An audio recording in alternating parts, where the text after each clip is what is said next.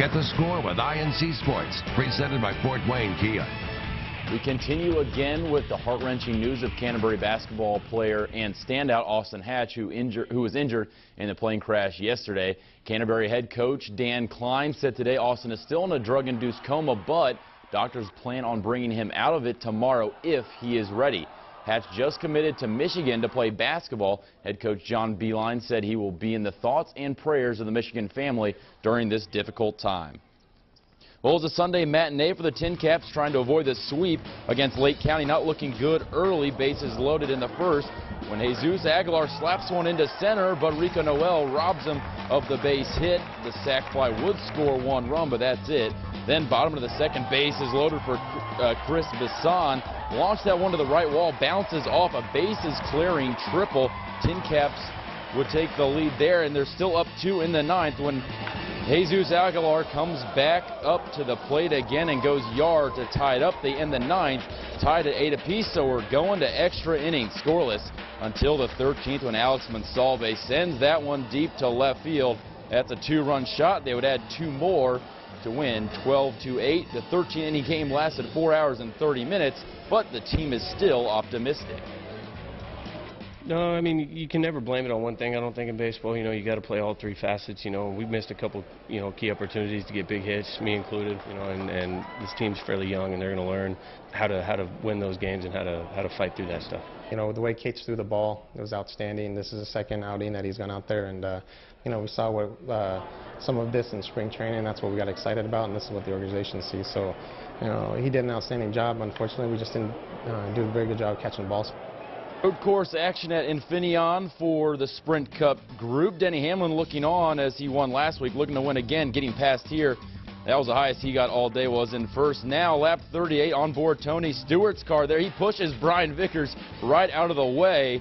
Not like we've never seen that before from Tony Stewart. Dale Earnhardt Jr. also gets in the mix, but he's okay until 9 laps later. A fire under the hood would finish his day in 41st place. 23 laps to go, and it's round 2 once again on Tony Stewart's car. This time, Vickers taps him, spins him out, and gets redemption, sending him into the wall. But it's Kurt Busch in the end who takes a checkered flag, leading 75 of the 110 laps.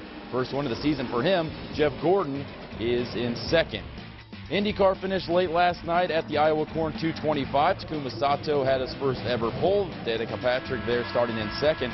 18 laps to go, though. Tony Kanaan had the lead until Marco Andretti passes his former teammate, and he does it for good as he holds him off the rest of the way. He takes a checkered for his second win of his career, first on an oval and first in 78 races.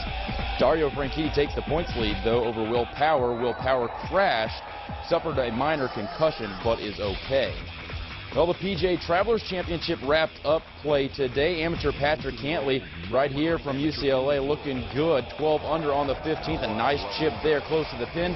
Tapped in for par, but that was not that was the last shot he had because he dropped down to 11 under. This is Ryan Moore. Nice shot there, and a line's up here to save par, and he blows it, leaving the door open for this guy. 36-year-old Fredrik Jakobsen puts in for par and wins at 20 under, his first PGA Tour win, beating out Moore and John Rollins.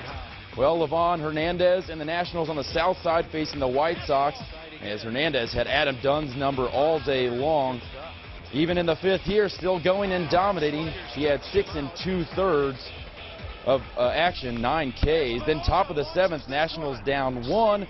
A 2-out bomb from Danny Espinosa, his 14th of the year, and that would be the edge. They win the rubber match, and both teams hit the road for their next series.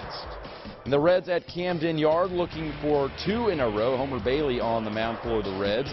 Bottom 4, Orioles already up by 1 when Derek Lee goes deep to left field. Only a 6th homer of the year, though, but he makes it 2-0. They don't stop there. Just 2 batters later, Mark Reynolds up, and he sends it out over the same left field fence. Baltimore would go ahead and win it by 2. They won 2 in the series. The Reds do head to Tampa Bay tomorrow. And the Royals hosting the Cubs in KC. Bottom of the first, Royals already up by 1 for Alex Gordon. He hits it up the middle, just glancing off of Starlin Castro's glove for an RBI double. Now we'll skip to the 9th frame. Royals up 6-3. Joakim Soria trying to get the save like yesterday, and he does. Gets Kosuke Fukudomi to ground out the 6-4-3 double play to end the game. Save number 13 for Soria. Cubs lose again, but will play at home tomorrow for a single game against Colorado.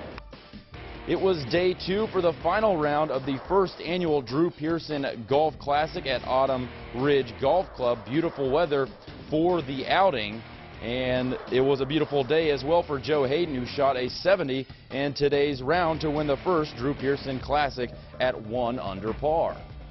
Once again, thoughts and prayers with Austin Hatch and his family this evening. INC will have updates tomorrow if they do try to bring him out of his drug-induced coma. We'll be right back.